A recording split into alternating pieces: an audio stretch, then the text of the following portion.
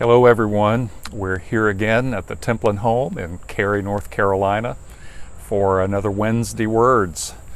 And think of the Gloria and Bill Gaither hymn, classic hymn, Because He Lives. It's a favorite of many believers, including me.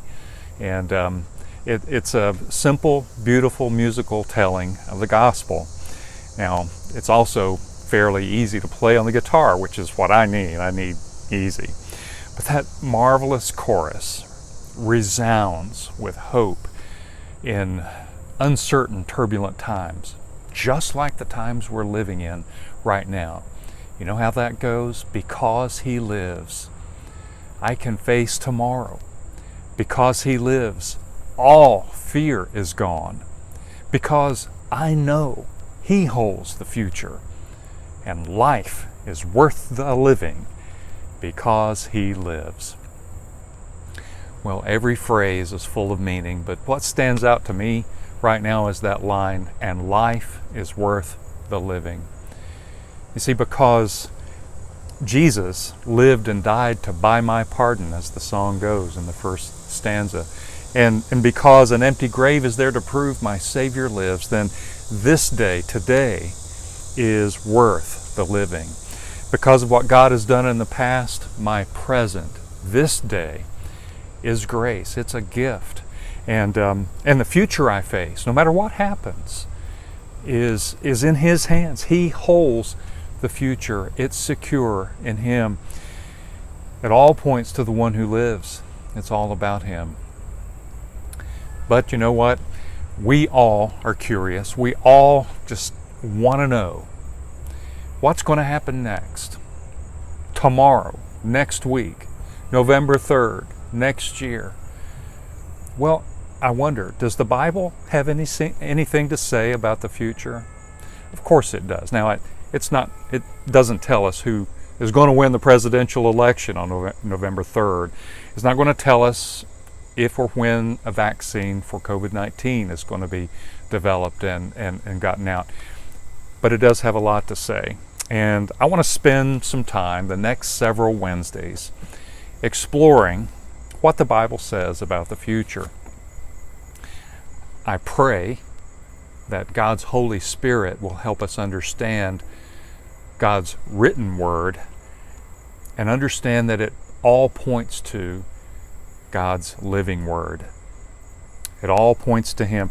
Now, that can be confusing. This topic, end times issues, can be confusing, can be difficult, and sadly, it can be divisive.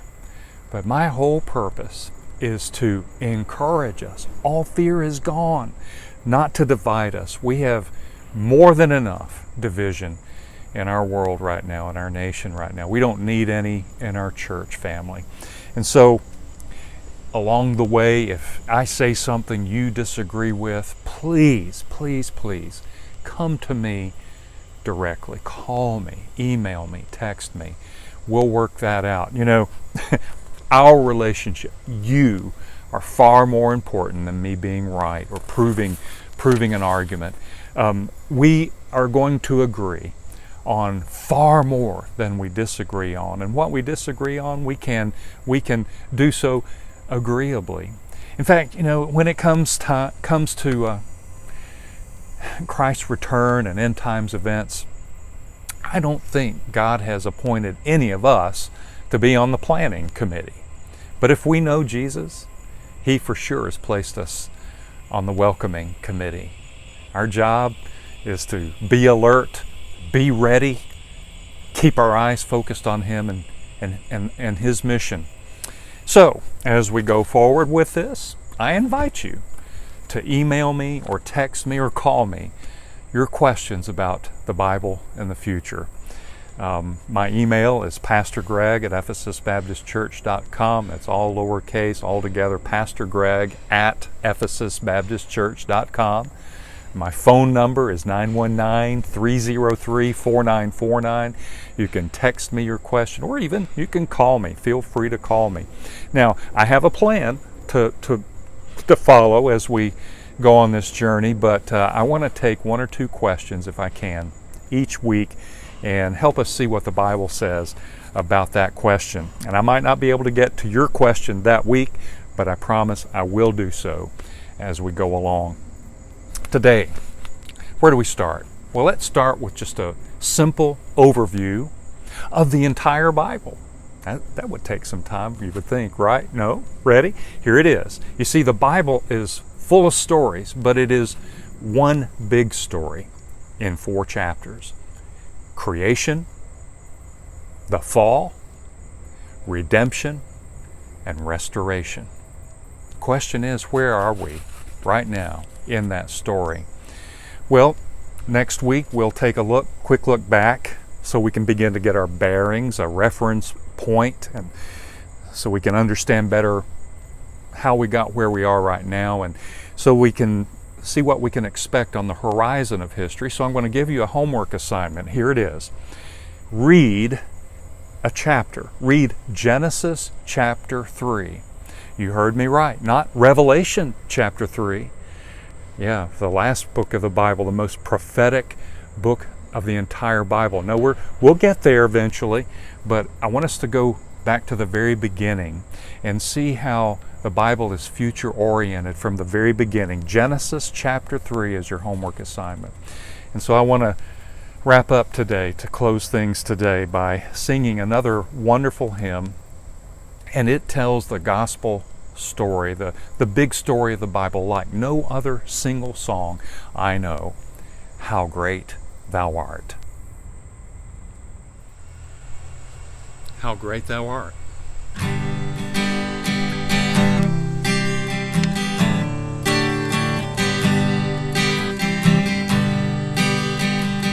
O Lord my God, when I in awesome wonder consider all the worlds thy hands have made, I see the stars, I hear the rolling thunder, thy power throughout the universe displayed. Then sings my soul, my Savior God, to thee. How great thou art, how great thou art. Then sings my soul, my Savior God, to thee. How great thou art, how great thou art.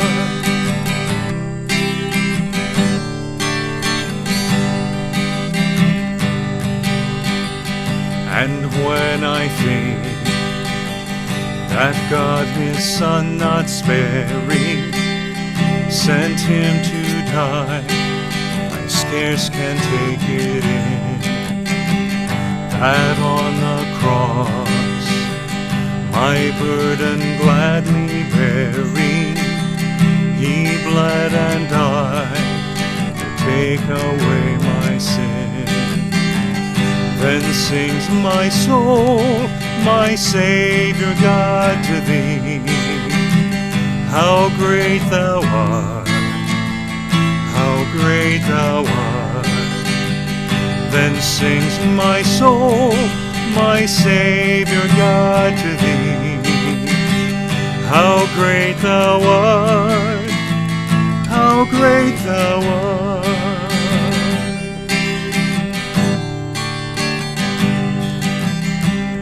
When Christ shall come with shout of acclamation and take me home, what joy shall fill my heart. Then I shall bow in humble adoration and there proclaim, my God, how great thou art.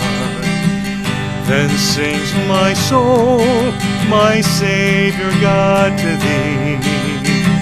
How great thou art, how great thou art. Then sings my soul, my Savior God, to thee. How great thou art, how great the